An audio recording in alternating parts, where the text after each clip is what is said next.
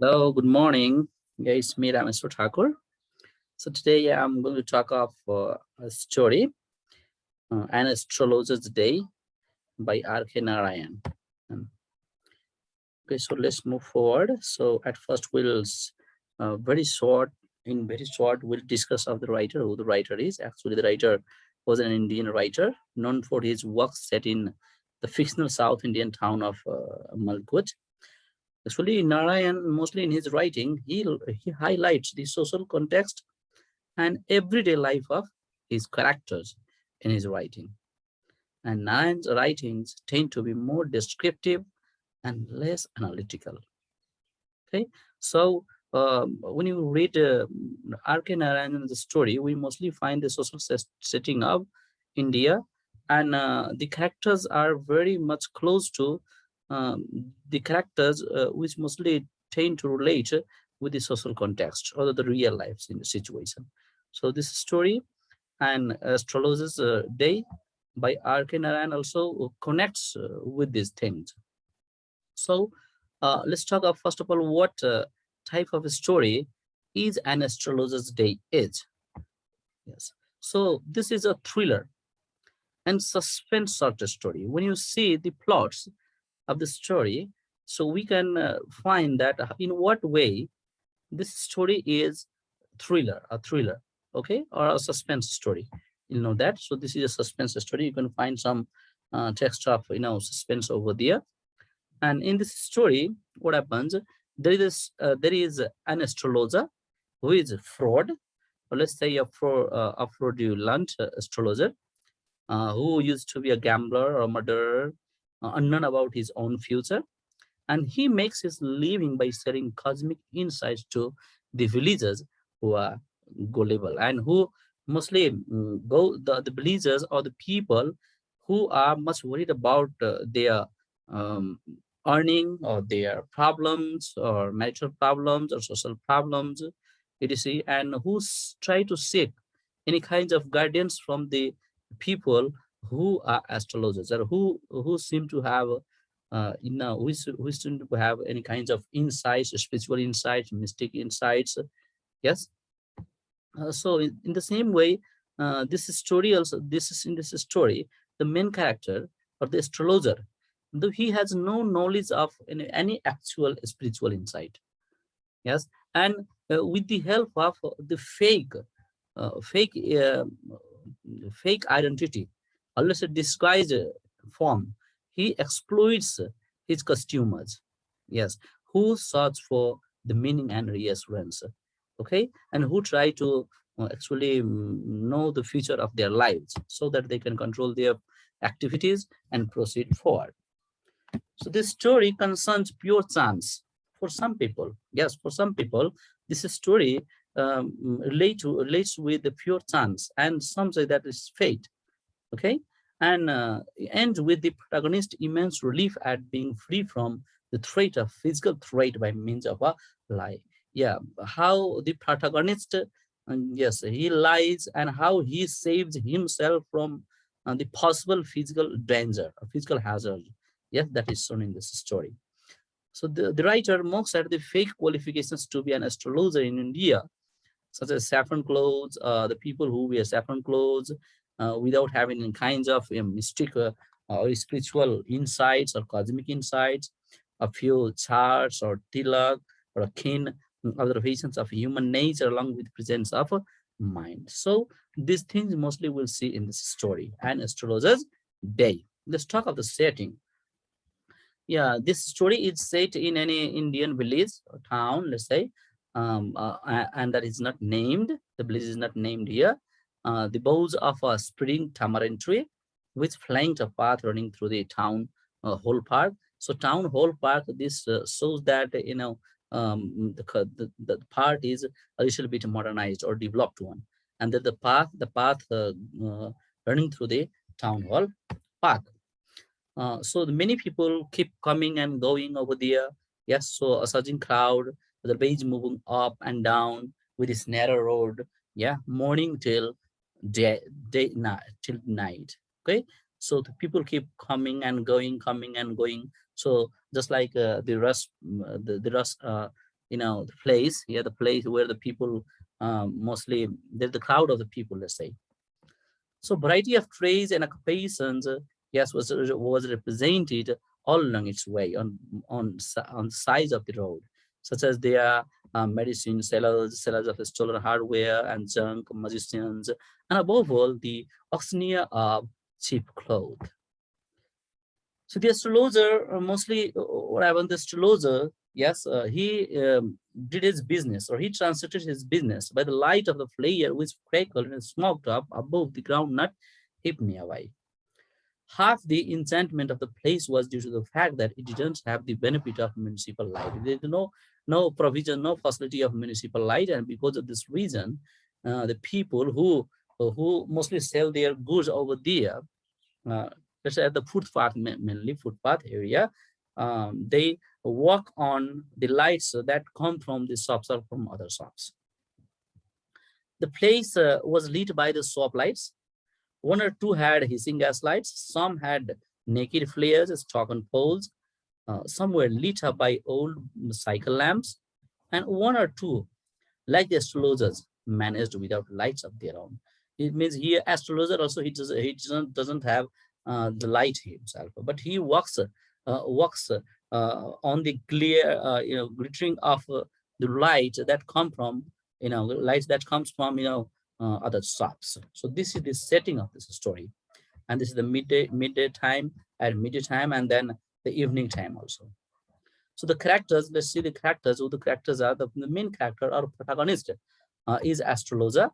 Okay, he is fraudulent, and he had left his village without any previous plan or thought. Has buried his true self in the robes of religious mysticism. Actually, he has disguised himself, and in the village which he where he left. Yes, which he left due to some reasons. But when he came here, he didn't have any fixed plans, yeah, or thought. But he came here, and he has disguised himself in the robes of religious mysticism, and he claims that he has the power of insights as spiritualism, though he doesn't have. His forehead was richly colored. He has colored his forehead with sacred ash and vermilion, and similarly, he has turban on his head.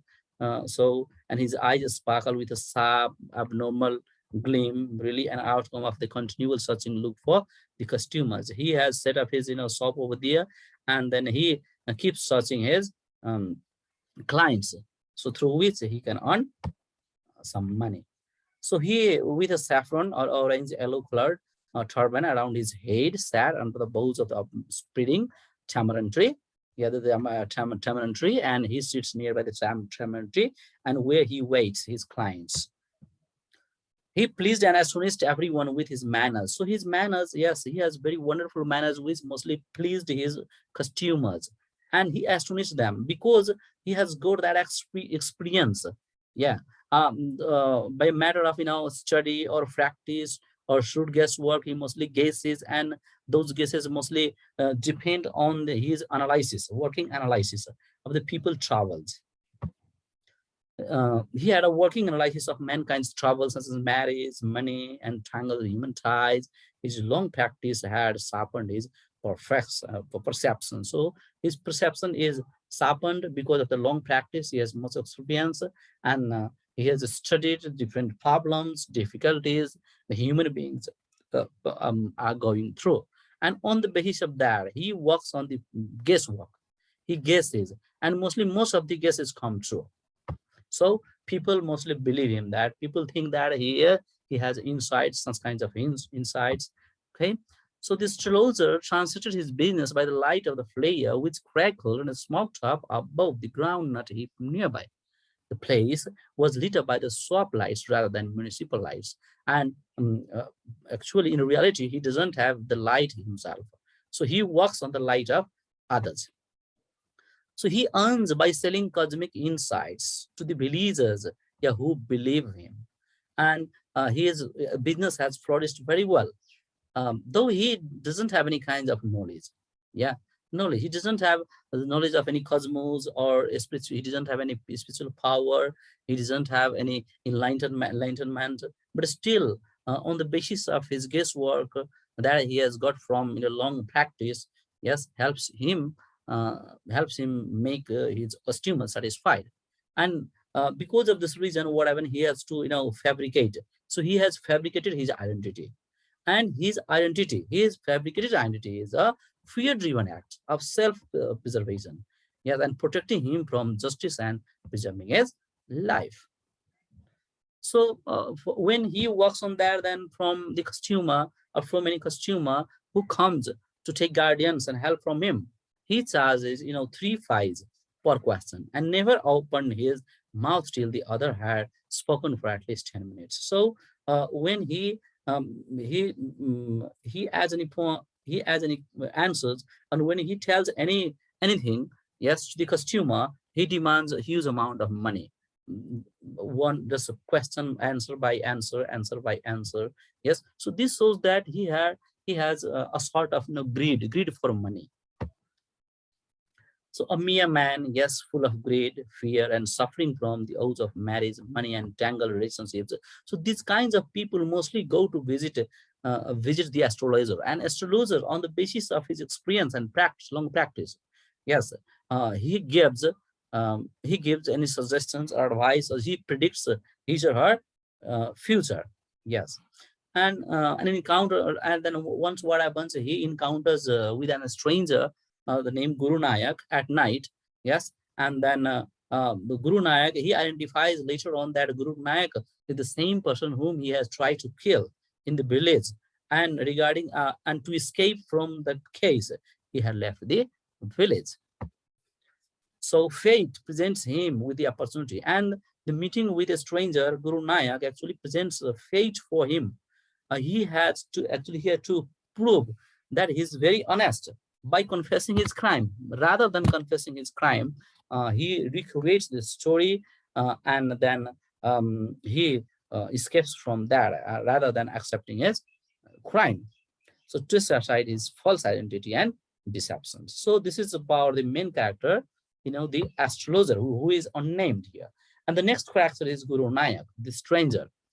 So the stranger, the man whom this astrologer had tried to murder several years before the story takes place. While, when the astrologer, before coming here, he had been in his village where he used to drink, he used to gamble, he used to quarrel with his friends. And during that period, yes, he tried to kill Guru Nayak. And after that, yes, he came to this place and started astrology. He left his village, uh, left his village. Guru Nayak, actually, he was left for dead, but fortunately, he was saved, and he has come to this place in search of the man who had killed him, or who had tried to kill him, so that he can strangle him to death, so that he can take revenge.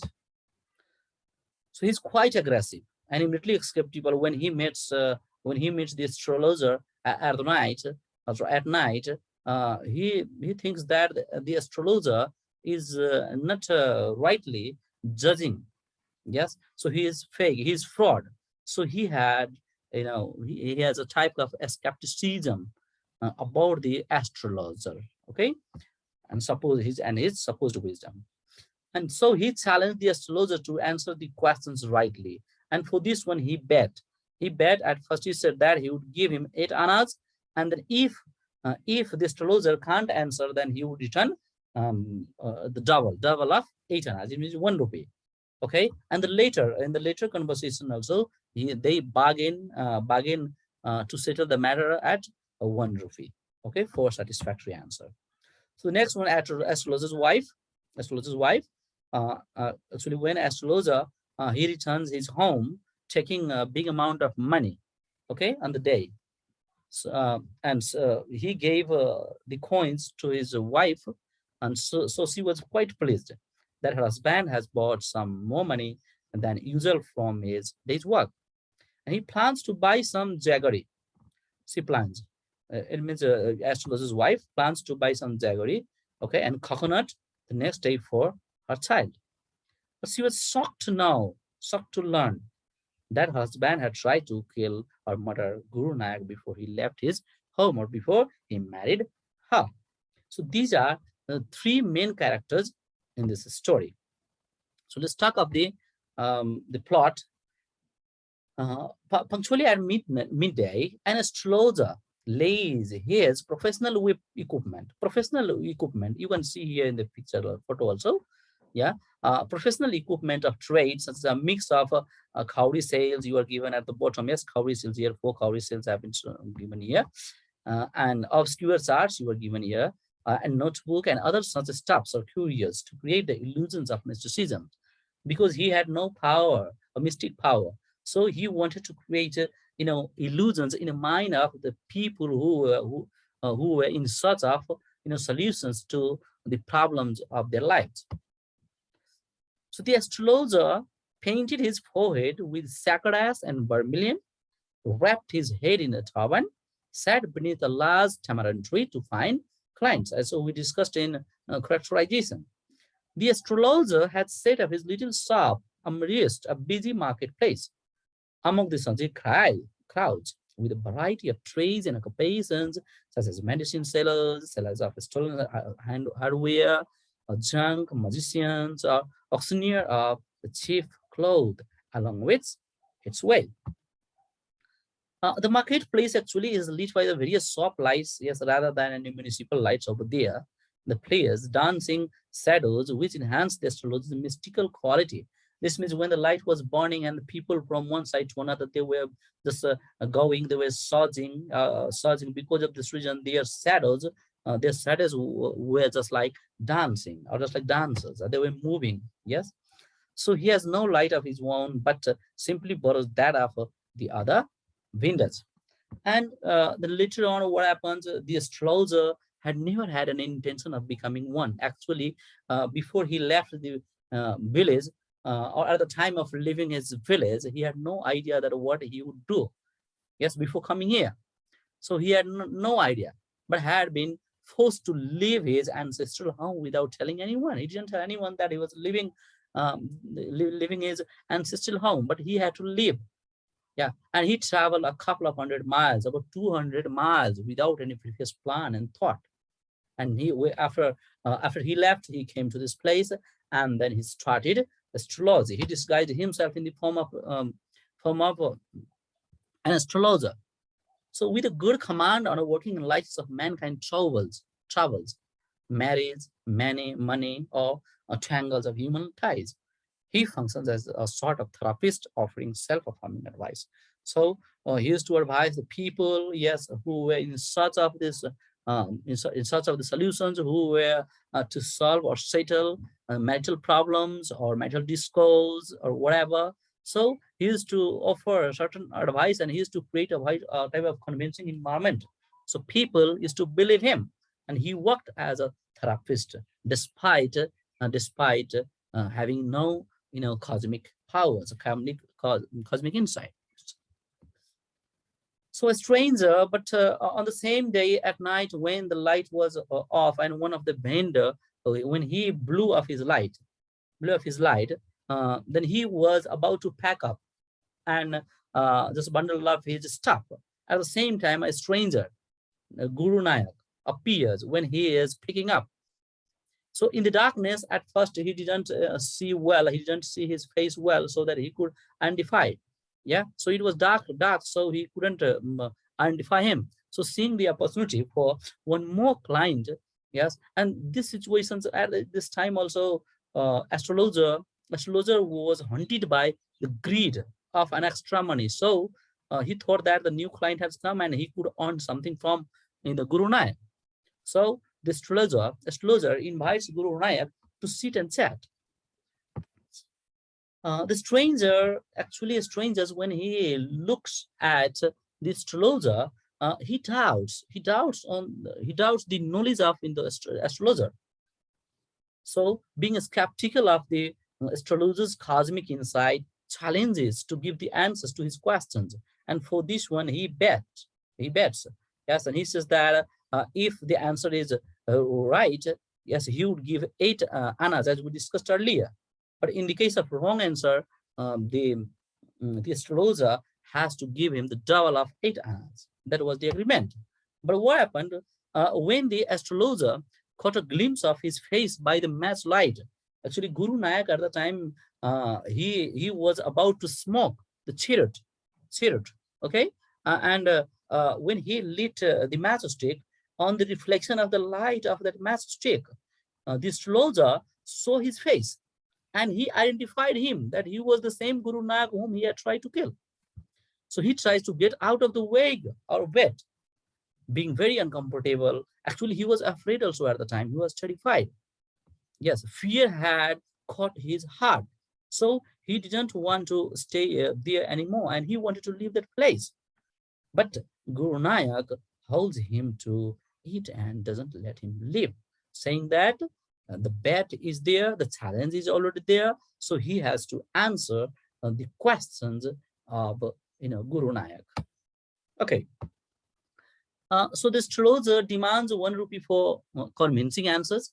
The astrologer says that if he could answer the questions in a convincing way, that he would get just 1 rupee. And after a haggle or bargain, what happens? It was settled, and both parties or both sides, sides came to an agreement. They agreed. Okay. And then the astrologer reveals to the Guru Nayak that he knows he was once stabbed through the chest and pushed into the well nearby in the field and left for dead. And Guru Nanak said, yes, that was right. And actually this, what the astrologer said to him, actually that excited him, that made him excited, because it was right. And he also said, it means Guru Nanak said, yes, some passerby saved him from the well. And Guru Nanak is here searching for his assailant. That means the people who are the person who attacked him. He was in search of that so that he could take revenge, but knows about his death. And furthermore, when Guru Nanak asks when he will get the attacker, when you get the criminal, yes, so the astrologer says that he won't find that, because he won't find the person because he died. He died 4 months ago in a far off town when a lorry crushed him. The astrologer tells him. So addressing, and actually when Guru Nanak hadn't told him that what his name was, but the astrologer addressed him by his name, and he reveals that he knows more about Nayak, which exactly excites Guru Nanak. Yes, and at first Guru Nanak had thought that he was a fraud, he didn't know anything, but the answers convinced him. The astrologer gives him a pinch of sacred ash, and tells Guru Nanak to rub it on his forehead, and then go home by the next train, and never travel back, never come back or come to the south. Yes, or travel southward again to avoid a great danger to his life. He also warned him that, the astrologer warns him, if he travels again to the southward, then he would face again a great danger in his life. So with this warning, yeah, he concludes that. And then as promised, Mr. Guru Nayak, he gave him a handful of coins, and the astrologer then leaves that place. It was already almost midnight, so astrologer arrives home nearly at midnight and shows his wife the money, from which she wishes to buy jaggery, coconut, and other nice stuff for a child to settle her demand of explanations for coming late. Actually, when the astrologer came late, his wife was much worried, and his wife asked him why he was late. And then he handed over, the astrologer handed over the coins or the money which he had earned that day. So the astrologer rudely blamed, and when his wife counted, it was 12 and a half annas. But according to the promise, according to the agreement, Guru Nanak had to give him 1 rupee, but that was not 1 rupee. So because of this reason, the astrologer rudely blames Guru Nanak not paying the right amount, which was promised, that 1 rupee. Yes. So after dinner, the astrologer reveals to his wife that a great burden has been shifted off his shoulders, and as further the reason of leaving home before marrying her. And he actually revealed the same thing, that how uh, how he had tried to kill Guru Nayak in the village, and how he escaped from there, how he came here, then he married her. So one day he revealed that one day in village, when they had drunk, gambled and quarreled. After that, he had tried to kill him, and he had stabbed. The astrologer had stabbed Guru Nanak at his chest, and thrown him into the nearby well, left him for dead. So he explained that. So he was at the time a silly youngster and had stabbed Nayak and left him for dead. And listening to this or reading this, mm, um, his wife, the astrologer's wife, was quite surprised that astrologers had tried to kill once to a person and who had appeared again. So he also explained that how he saved himself and how he encountered with the same person whom once he had tried to kill in the village. So this is all about the story. Now let's talk of the theme of the story. Yes, what's the theme?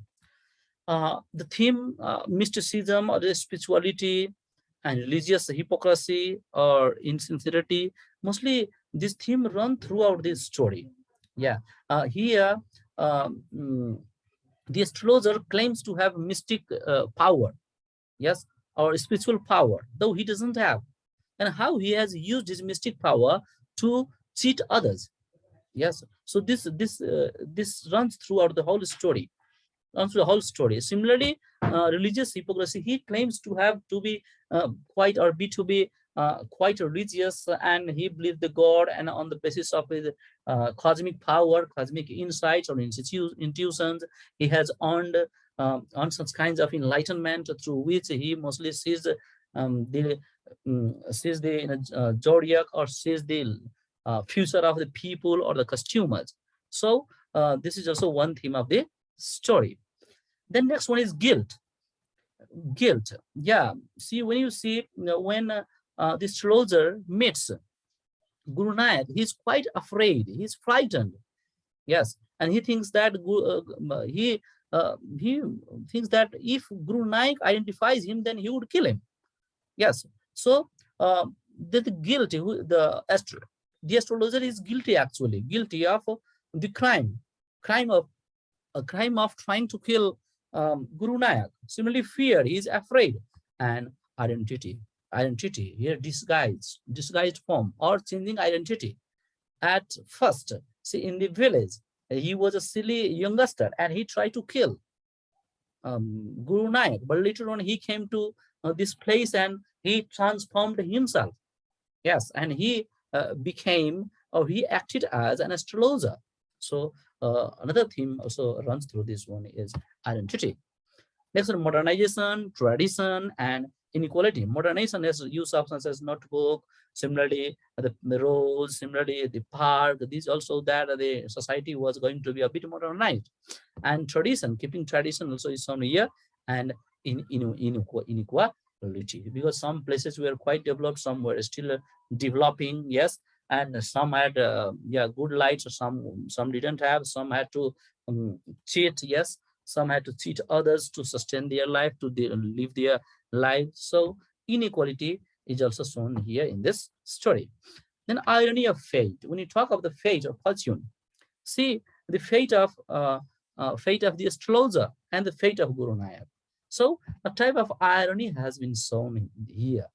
Yes, actually, he had never wished that he would meet Guru Nanak again, but the fate she has brought Guru Nanak in front of him.